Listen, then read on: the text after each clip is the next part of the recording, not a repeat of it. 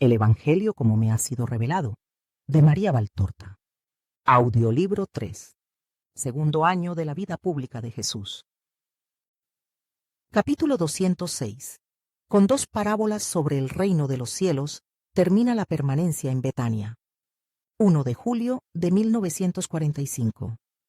Jesús está hablando en presencia de los campesinos de Jocanán, en presencia de Isaac y muchos discípulos, de las mujeres, entre las cuales se encuentran María Santísima y Marta, y en presencia de muchos de Betania. Todos los apóstoles están escuchando. El niño sentado frente a Jesús no se pierde ni una palabra. El discurso ha debido empezar poco antes, porque todavía está llegando gente. Dice Jesús: por este temor que tan vivo siento en muchos, es por lo que hoy quiero proponeros una dulce parábola. Dulce para los hombres de buena voluntad, amarga para los otros. De todas formas, estos últimos disponen del modo de abolir esa amargura. Transformarse en hombres de buena voluntad, pues si así lo hacen, cesará el reproche que la parábola suscita en la conciencia. El reino de los cielos es la casa del desposorio, que Dios celebra con las almas. El momento de entrada en aquel se identifica con el día de la boda. Pues bien, escuchad. Entre nosotros es costumbre que las doncellas sigan en cortejo al novio cuando va a la casa nupcial, para conducirle entre luces y cantos a donde su dulce novia. El cortejo entonces deja la casa de la novia. Esta, velada, llena de emoción, se dirige acompañada del novio, como verdadera reina, a su lugar. A una casa que no es suya, pero que lo será, desde el momento en que se haga una sola carne con su esposo. El cortejo, en su mayoría compuesto por amigas de la novia, corre a recibir a esta pareja feliz, para rodearlos de una aureola de luces. Pues bien, en un pueblo se celebró una boda. Mientras los novios, con los parientes y amigos, lo festejaban en casa de la novia, 10 vírgenes se dirigieron al lugar establecido, el vestíbulo de la casa del novio, para estar preparadas a salir al encuentro de éste, cuando llegase a sus oídos el lejano toque de címbalos, anunciador de que los novios ya habrían dejado la casa de la novia, para ir hacia la del novio. Pero el banquete se prolongaba en la casa de la ceremonia nupcial, y llegó la noche. Como sabéis, las vírgenes mantienen continuamente encendidas las lámparas para no perder tiempo en el momento señalado. Ahora bien, de estas 10 vírgenes, todas con sus lámparas bien encendidas y resplandecientes, había 5 sensatas y 5 necias. Las sensatas, llenas de prudencia, se habían proveído de pequeños recipientes llenos de aceite para poder alimentar las lámparas si la espera se hubiera alargado más de lo previsible. Las necias se habían limitado a llenar bien las lamparitas. Y pasaron las horas. La espera estuvo animada de alegres conversaciones, agudezas, relatos. Pero llegó un momento en que ya no supieron más cosas que decir ni qué hacer. Aburridas o simplemente cansadas, las 10 jóvenes se sentaron más cómodamente, con sus lámparas encendidas bien cerca de ellas, y poco a poco se fueron quedando dormidas. A medianoche se oyó un grito: «¡Está llegando el novio! ¡Salid a su encuentro!». Ante esto, las 10 jóvenes se pusieron en pie, cogieron sus velos y las guirnaldas, se arreglaron, y sin pérdida de tiempo fueron por las lámparas a la repisa en que las habían dejado. 5 de ellas ya languidecían. La mecha, sin aceite que la alimentase, consumida toda, despedía relumbros cada vez más débiles, y humo, y amenazaba con apagarse al mínimo movimiento del aire. Las otras 5 lámparas, por el contrario, alimentadas por las vírgenes prudentes antes de entregarse al sueño, mantenían vivas sus llamas, y más se avivaron aún, porque añadieron aceite nuevo al vasito de la lámpara. Entonces las vírgenes necias suplicaron: «Dadnos un poco de vuestro aceite, que si no las lámparas se nos van a apagar con solo moverlas. Las vuestras lucen ya bien». Mas las prudentes respondieron: «Afuera sopla el viento de la noche, desciende denso rocío. Nunca es suficiente el aceite para alimentar una llama fuerte, capaz de resistir el viento y el relente. Si os damos una parte, también vacilará nuestra luz». Sería muy triste un cortejo de vírgenes, sin el titileo de las lamparillas. Ir corriendo a donde el proveedor más cercano. Suplicadle, llamad a su puerta, haced que se levante de la cama para daros aceite. Y corriendo y tropezando, angustiadas, siguieron el consejo de sus compañeras, ajando los velos, manchándose los vestidos y perdiendo las guirnaldas. He aquí que mientras éstas iban a comprar el aceite, apareció en el fondo del camino la figura del novio, que venía con la novia. Entonces las 5 vírgenes que tenían las lámparas encendidas corrieron a su encuentro. Circundados por ellas, los novios entraron en la casa, para la conclusión de la ceremonia. El acompañamiento de la novia por parte de las vírgenes hasta el aposento nupcial. Entraron los novios en la casa, y la puerta fue cerrada. Quien estaba fuera se quedó. Esto les pasó a las 5 vírgenes necias, las cuales regresaron con el aceite, pero se encontraron con la puerta cerrada. Fue inútil que golpearan hasta herirse las manos, y gimiendo, «Señor, Señor, ábrenos. Somos del cortejo de la boda.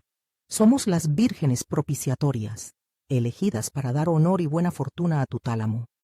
El novio, desde la parte alta de la casa, dejando un momento solos a los invitados más íntimos, de los que se estaba despidiendo mientras la novia entraba en la cámara nupcial, dijo, «En verdad os digo que no os conozco, no sé quiénes sois.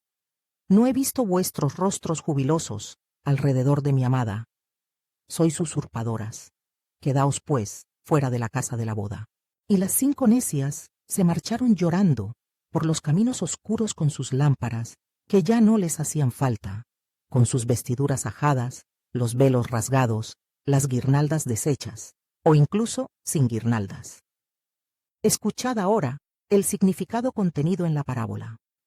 Al principio os he dicho que el reino de los cielos es la casa del desposorio, que Dios celebra con las almas. Todos los fieles están llamados al desposorio celeste, porque Dios ama a todos sus hijos. Para unos antes, para otros después, se presenta el momento del desposorio, y el hecho de haber llegado a él es gran ventura. Escuchad lo que os digo ahora. ¿No ignoráis que las jóvenes consideran un honor y una suerte el ser llamadas para formar el cortejo de la novia? Apliquemos a nuestro caso concreto los personajes. Veréis cómo entenderéis mejor. El esposo es Dios, la esposa, el alma de un justo, a la que habiendo cumplido el período de su noviazgo en la casa del Padre, es decir, velando por la doctrina de Dios y obedeciéndola, y viviendo según la justicia, acompañan a la casa del novio para celebrar el matrimonio. Las vírgenes del cortejo son las almas de los fieles, que siguiendo el ejemplo de la novia, haber sido elegida por su prometido por sus virtudes, es signo de que era un ejemplo vivo de santidad. Tratan de alcanzar este mismo honor, santificándose. Su vestido es blanco, está limpio, lozano.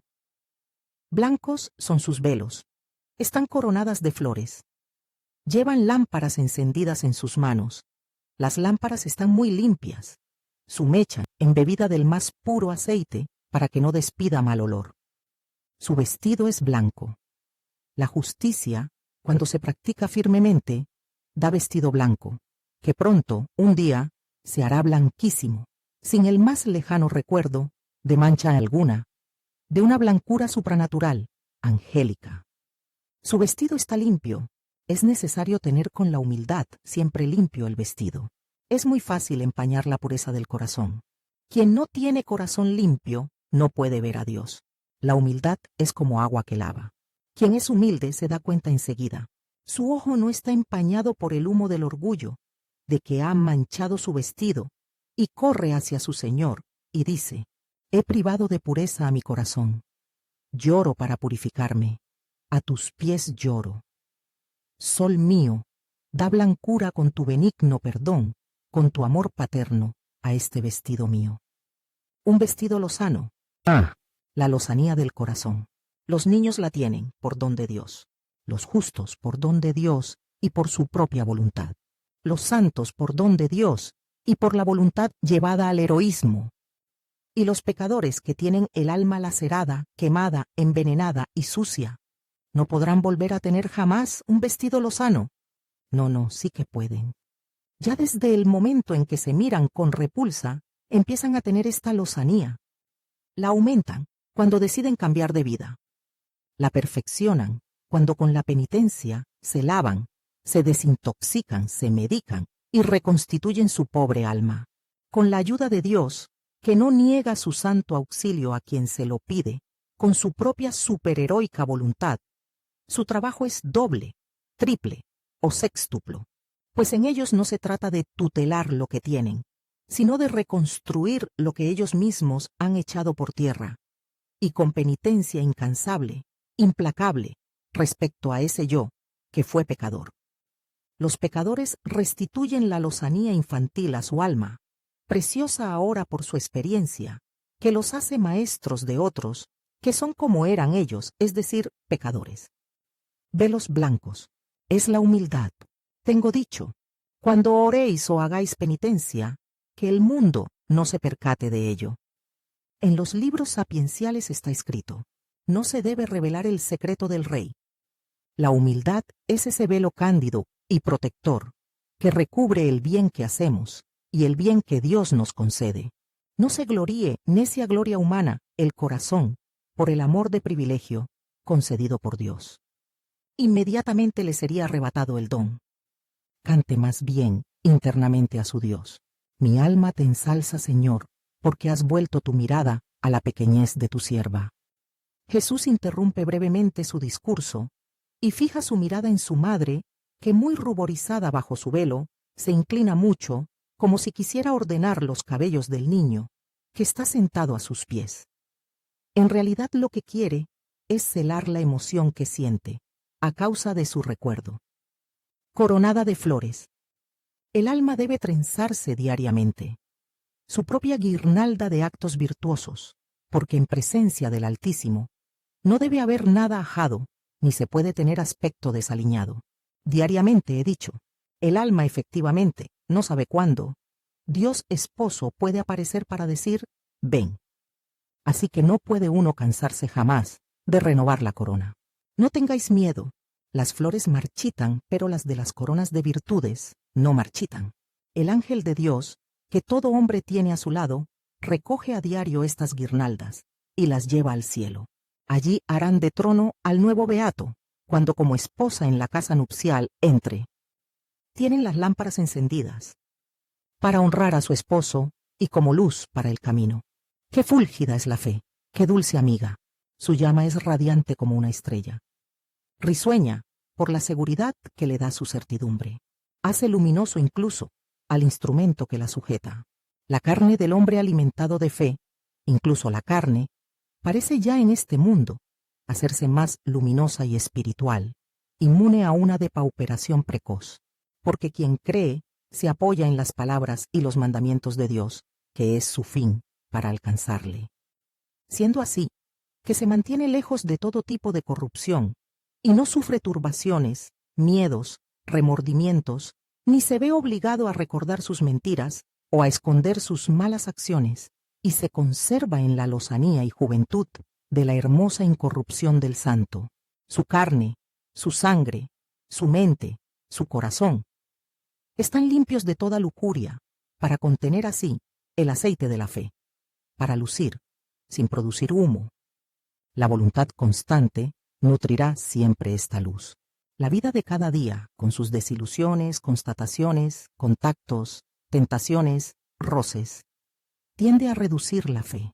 Esto no debe suceder. Ir cada día a la fuente del óleo suave, sapiencial, de Dios. Mas la lámpara escasamente alimentada puede apagarse con el más ligero viento o por el relente denso de la noche. La noche, la hora de las tinieblas, del pecado, de la tentación, les llega a todos. Es la noche para el alma. Pero, si ésta está henchida de fe, la llama no podrá ser apagada por el viento del mundo o por la calina de las sensualidades. En fin, vigilancia, vigilancia, vigilancia. Aquel que imprudente se confía diciendo, Dios llegará antes de que me quede sin luz, o quien se induce a sí mismo a dormir antes que a velar. Además duerme, sin aquello que necesitaría para estar listo inmediatamente a la primera llamada. O aquel que espera al último momento para procurarse el aceite de la fe o la mecha fuerte de la buena voluntad, incurren en el peligro de quedarse fuera cuando llegue el esposo. Velad, por tanto, con prudencia, constancia, pureza, confianza, para estar siempre preparados cuando llame Dios, porque en realidad no sabéis cuándo vendrá Él. Queridos discípulos míos, no quiero induciros a temblar ante Dios. Antes bien, quiero promover en vosotros la fe en su bondad. Tanto los que os quedáis, como los que os marcháis, pensad, que si hacéis lo que hicieron las vírgenes sensatas, seréis llamados no solamente a formar el cortejo del esposo, sino que, como en el caso de la joven Esther que fue nombrada reina en sustitución de Bastí, seréis escogidos y elegidos como esposas. Pues el esposo habrá encontrado en vosotros toda gracia y la mayor complacencia. A los que os marcháis, os bendigo. Llevad en vosotros estas palabras mías. Transmitidselas a vuestros compañeros. La paz del Señor esté siempre con vosotros. Jesús se acerca a los campesinos para reiterarles su saludo. Juan de Endor le susurra: Maestro, ya está aquí Judas. No importa, acompáñalos al carro y haz lo que te he indicado. La asamblea se disuelve lentamente. Muchos hablan con Lázaro, el cual se vuelve a Jesús, que habiendo dejado ya a los campesinos, estaba viniendo en este sentido, y le dice: Maestro, los corazones de Betania quieren oír todavía tu palabra. Háblanos, antes de marcharte. Declina el día, pero el ambiente está tranquilo y sereno. Si queréis reuniros en los prados recientemente segados, os hablaré antes de marcharme de esta ciudad amiga. O si no, mañana al alba. Sí, llega la hora de despedirnos. Luego, esta noche, gritan todos. Como queráis, ahora retiraos, a la mitad de la primera vigilia os hablaré. Y en efecto, incansable.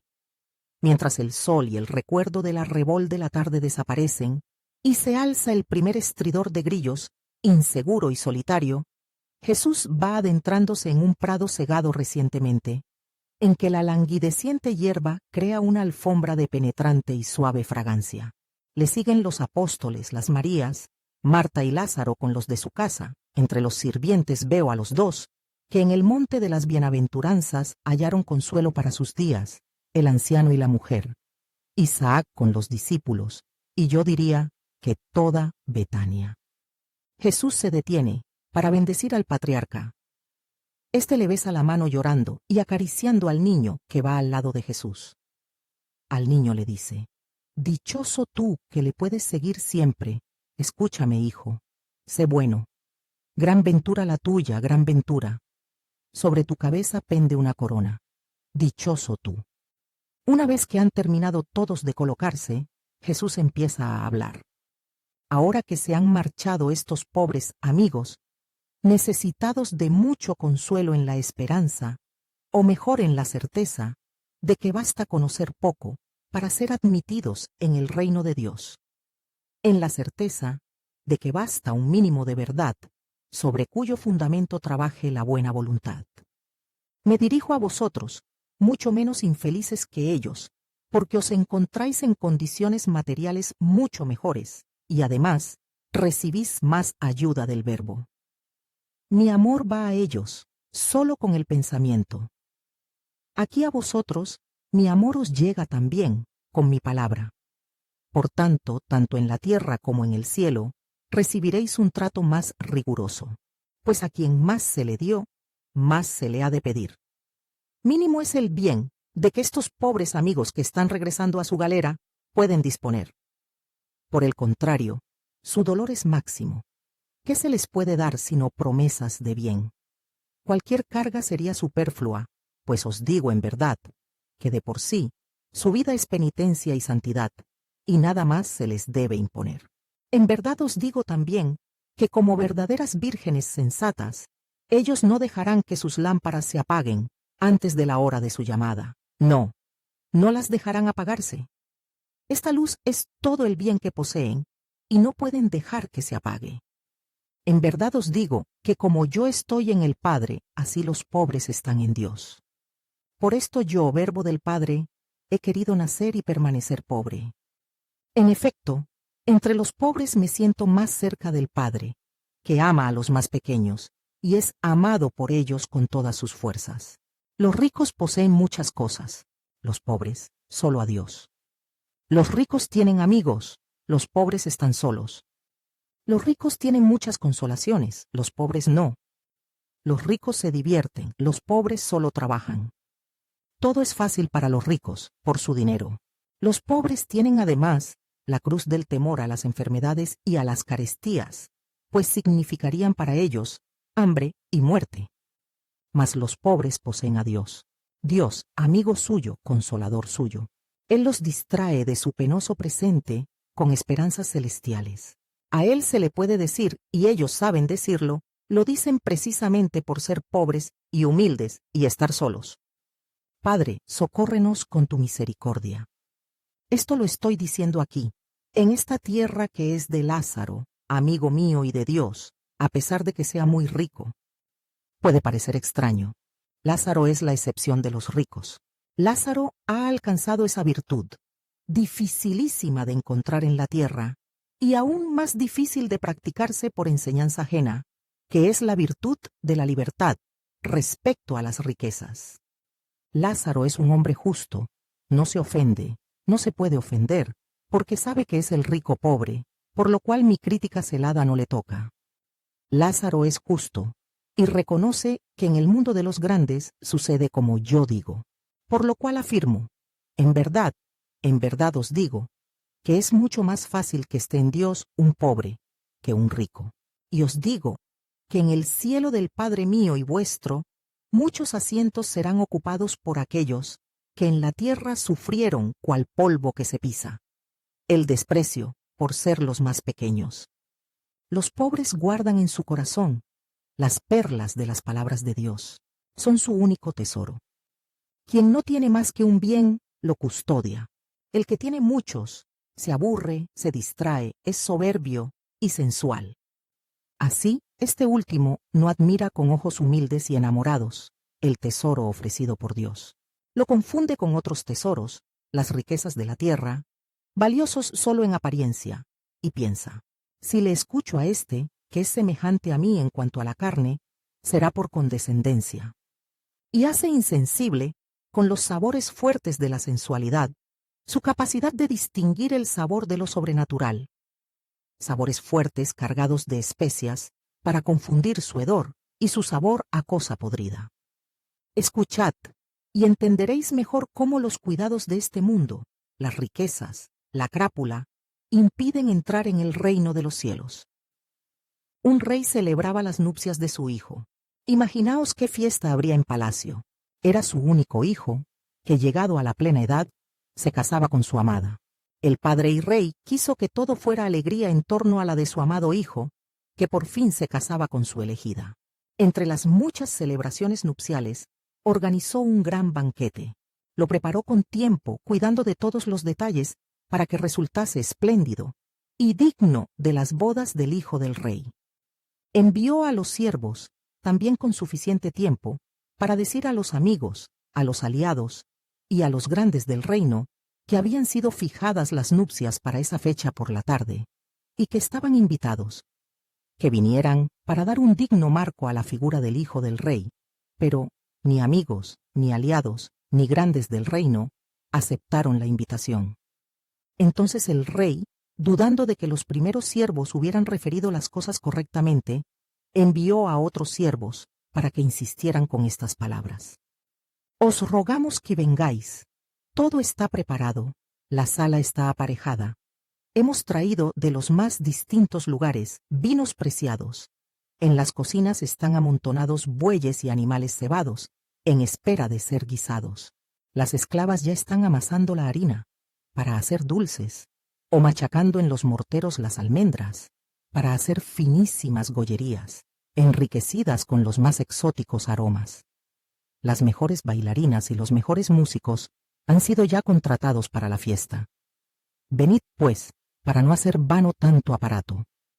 Pero los amigos, los aliados y los grandes del reino o rechazaron la invitación o dijeron, tenemos otros quehaceres, o fingieron aceptar la invitación, pero luego fueron a sus cosas. ¿Quién al campo? quién a sus ocupaciones, quién a cosas menos nobles. Incluso hubo quien, molesto por tanta insistencia, porque el siervo del rey insistía, no le niegues al rey esto, pues te podría causar algún mal, mató al siervo para hacerle callar. Los siervos volvieron y refirieron al rey todo. El rey se encendió de cólera y mandó a su ejército para castigar a los asesinos de sus siervos y a los que habían despreciado su invitación. Se reservó premiar a los que habían prometido que irían. Pero llegada la tarde de la fiesta, a la hora establecida, no vino ninguno. El rey indignado llamó a los siervos y dijo, no ha de suceder que mi hijo no tenga a nadie que le celebre en esta tarde de sus nupcias. El banquete está preparado, los invitados no son dignos de él. A pesar de todo, el banquete nupcial de mi hijo ha de celebrarse. Ir pues a las plazas y a los caminos, colocaos en los cruces, parad a los que pasan, congregad a los que veáis ociosos. Traedlos aquí, que la sala se llene de gente festiva. Y fueron los siervos, y recorrieron los caminos, se diseminaron por las plazas, por los cruces, y reunieron a todos los que encontraron, buenos o malos, ricos o pobres, y los condujeron a la morada real. Previamente les habían procurado los medios para estar en condiciones dignas de entrar en la sala del banquete de bodas. Los guiaron hasta la sala, y la sala se llenó como el rey quería de gente festiva. Mas he aquí, que habiendo entrado el rey en la sala, para ver si ya podía empezar la fiesta, vio a uno que a pesar de las facilitaciones de los siervos, no llevaba vestido de bodas. Le preguntó, ¿cómo es que has entrado aquí, sin el vestido de bodas? Este no supo qué responder porque en efecto no tenía nada que le pudiera disculpar. Entonces el rey llamó a los siervos y les dijo, tomad a éste, atadle de pies y manos, y arrojadle fuera de mi casa, a las tinieblas y al lodo helador. Ahí llorará, y le rechinarán los dientes, como ha merecido por su ingratitud, y por la ofensa que me ha infligido, más que a mí, a mi hijo, al entrar con vestido pobre y sucio, en la sala del banquete, donde no debe entrar nada que no sea digno de la sala y de mi hijo. Como podéis ver, los cuidados de este mundo, la avaricia, la sensualidad, la crueldad, provocan la ira del rey y hacen que jamás estos hijos de las preocupaciones vuelvan a entrar en la casa del rey. Podéis también ver cómo entre los llamados, por amor al hijo, hay quien recibe castigo. ¿Cuántos hoy día? En esta tierra a la que Dios ha enviado a su verbo. Dios verdaderamente ha invitado a través de sus siervos, y los seguirá invitando cada vez más impelentemente, a medida que se va acercando la hora de mi desposorio, a amigos, a aliados, a los grandes de su pueblo. Mas no responderán a la invitación, porque son falsos aliados, falsos amigos, grandes solo de nombre, pues son mezquinos. Jesús va elevando cada vez más la voz. Sus ojos, a la luz del fuego que ha sido encendido entre él y los que le escuchan para iluminar esta noche en que todavía falta la luna, que está en fase menguante, lanzan destellos de luz como si fueran dos gemas. Sí, son mezquinos. Ya se ve, porque no comprenden el deber y el honor que supone la adhesión a la invitación del rey. Soberbia, dureza, lujuria, crean un baluarte en torno a su corazón. Siendo malos, me odian a mí, y por eso no quieren venir a mis bodas. No quieren venir. Prefieren unirse a la sucia política, al dinero, más sucio todavía, a la sensualidad, sucísima. Prefieren el cálculo astuto, la conjura, la ratera conjura, la celada y el delito. Yo condeno todo esto, en nombre de Dios. Se odia por tanto la voz que habla, y la misma fiesta, objeto de la invitación. En este pueblo han de ser identificados los que matan a los siervos de Dios, los profetas, siervos hasta este momento. Mis discípulos, siervos de hoy en adelante aquí están. Y también los que, pretendiendo burlarse de Dios, dicen, sí, iremos, pensando para sus adentros, ni soñarlo. Todo esto es una realidad en Israel. Y el Rey del cielo, para que su hijo goce de un digno aderezo de bodas, dispondrá que vayan a los cruces de caminos, para congregar a todos aquellos que no son amigos, o grandes, o aliados, sino simplemente pueblo que pasa. La convocatoria ha comenzado ya. De mi propia mano, de mi mano de hijo y siervo de Dios. Indiscriminadamente vendrán, de hecho ya han venido. Yo los ayudo a asearse y engalanarse para la fiesta de bodas. Pero habrá, para desgracia propia, quien se aproveche indignamente de esta magnificencia de Dios, que le ofrece perfumes y vestiduras regias, para que pueda aparecer como en realidad no es. O sea, rico y noble, y se aproveche para seducir, para obtener una ganancia. Oh, individuo de alma torva, atrapado por el repugnante pulpo de todos los vicios. Este subtraerá perfumes y vestidos para obtener una ilícita ganancia, para usarlos no en las bodas del Hijo, sino en sus bodas con Satanás. Sí, esto sucederá. En efecto, muchos son los llamados, más pocos, los que por saber perseverar en la llamada, alcanzan la elección. Pero también sucederá que estas hienas, que prefieren la carroña al alimento fresco, serán arrojados como castigo, fuera de la sala del banquete, a las tinieblas y al fango de un lodazal eterno, en que Satanás emite su horrible risa estridente por cada triunfo sobre un alma, y en que resuena eterno el llanto desesperado de los mentecatos que siguieron al delito, en vez de seguir a la bondad que los había llamado. Alzaos, vamos a descansar. Os bendigo a todos, habitantes de Betania. Os bendigo y os doy mi paz. Te bendigo a ti especialmente, Lázaro, amigo mío, y a ti, Marta. Bendigo a mis discípulos, a los primeros y a los nuevos. Yo los envío por el mundo a invitar para las bodas del Rey. Arrodillaos, que voy a bendeciros a todos. Pedro, di la oración que os he enseñado, dila aquí a mi lado en pie, porque así debe decirla quien ha sido destinado por Dios para ello. Toda la asamblea se arrodilla sobre la hierba. En pie solo están Jesús, con su vestidura de lino, alto y guapísimo, y Pedro, vestido de marrón oscuro, encendido de emoción, casi tembloroso, recitando la oración con esa voz suya no bonita, pero sí viril, lentamente, por miedo a equivocarse. Padre nuestro. Se oye algún sollozo, de hombre, de mujer. Marxiam, arrodillado justo delante de María, que le mantiene unidas sus manitas, mira con una sonrisa de ángel a Jesús, y dice bajo: mira, madre, qué guapo. Y también mi padre, qué guapo. Parece estar en el cielo. ¿Estará aquí mi madre viendo? María susurra: sí, tesoro, está aquí, está aprendiendo la oración, y le da un beso. ¿Y yo la voy a aprender? Ella te la susurrará en el alma mientras duermes, y yo te la repetiré de día. El niño echa hacia atrás su cabecita morena, y la apoya en el pecho de María, y se queda así, mientras Jesús lleva a cabo la siempre solemne bendición mosaica. Acabado el gesto, todos se ponen en pie, y se marcha cada uno a su casa. Solo Lázaro sigue todavía a Jesús. Luego, entra con él, en la casa de Simón, para estar aún en su compañía. Entran también todos los demás. Judas Iscariote, avergonzado, se pone en un rincón semioscuro. No se atreve a acercarse a Jesús, como hacen los demás. Lázaro se congratula con Jesús. Dice: siento que te marches, pero estoy más contento que si te hubiera visto marcharte anteayer. ¿Por qué, Lázaro? Porque te veía muy triste y cansado. No hablabas, sonreías poco. Ayer y hoy has vuelto a ser mi santo y dulce maestro. Me alegro mucho.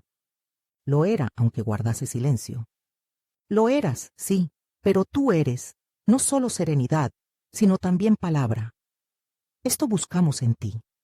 En estas fuentes bebemos nuestra fuerza, y estas fuentes parecían sin agua. Penosa era nuestra sed.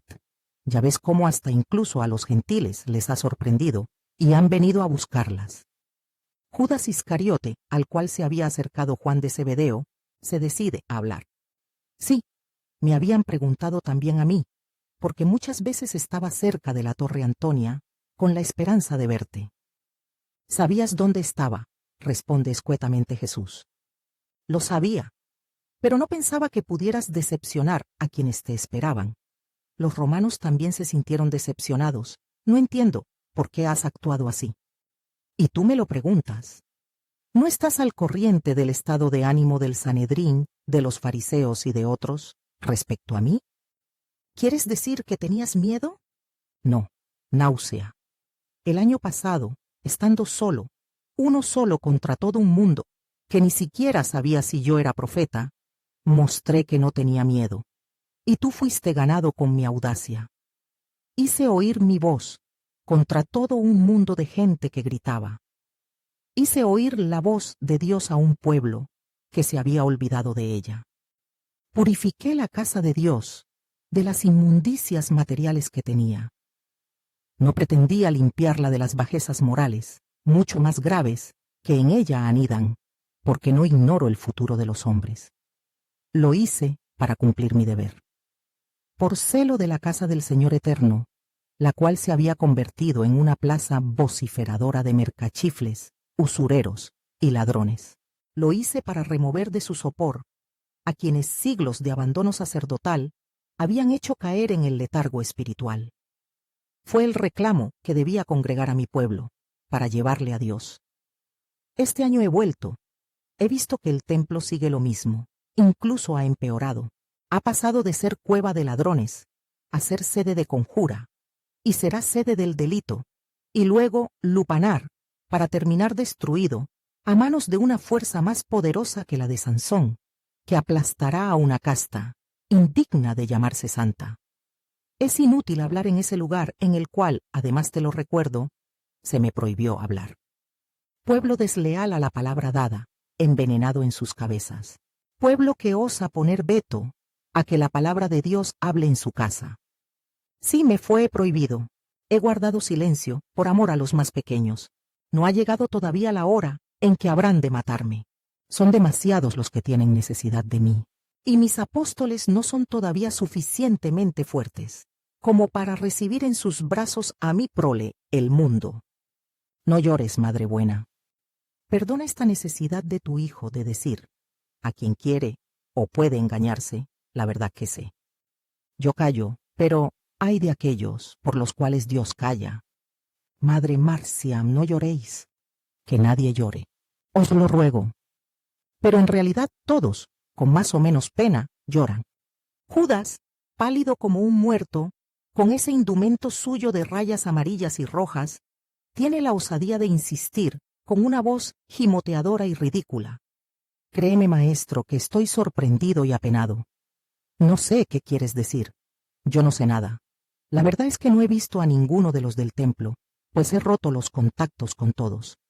Pero si tú lo dices, será verdad. Judas, ¿tampoco has visto a Sadoc? Judas baja la cabeza y farfulla. Es un amigo. Le he visto como amigo, no como uno del templo. Jesús no le responde. Se vuelve a Isaac y a Juan de Endor, para darles algunas recomendaciones relativas a su trabajo. Entretanto, las mujeres consuelan a María, que está llorando, y al niño, que llora al ver llorar a María. También a Lázaro y a los apóstoles se les ve apenados. Jesús, que presenta de nuevo su dulce sonrisa, se acerca a ellos, y mientras abraza a su madre y acaricia al niño, dice: Me despido de los que se quedan, porque mañana al alba nos pondremos en camino. Adiós, Lázaro. Adiós, Massimino. José, te agradezco todos los detalles que has tenido con mi madre y con las discípulas, en este período de espera, mientras yo llegaba. Gracias por todo. Tú, Lázaro, bendice de nuevo a Marta en mi nombre. Volveré pronto. Ven, madre, a descansar. También vosotras, María y Salomé, si queréis venir. Sí, claro que vamos, dicen las dos Marías. Pues ala, a la cama. Paz a todos. Dios esté con vosotros. Hace un gesto de bendición y sale, llevando de la mano al niño y estrechando a su madre. La estancia en Betania ha terminado,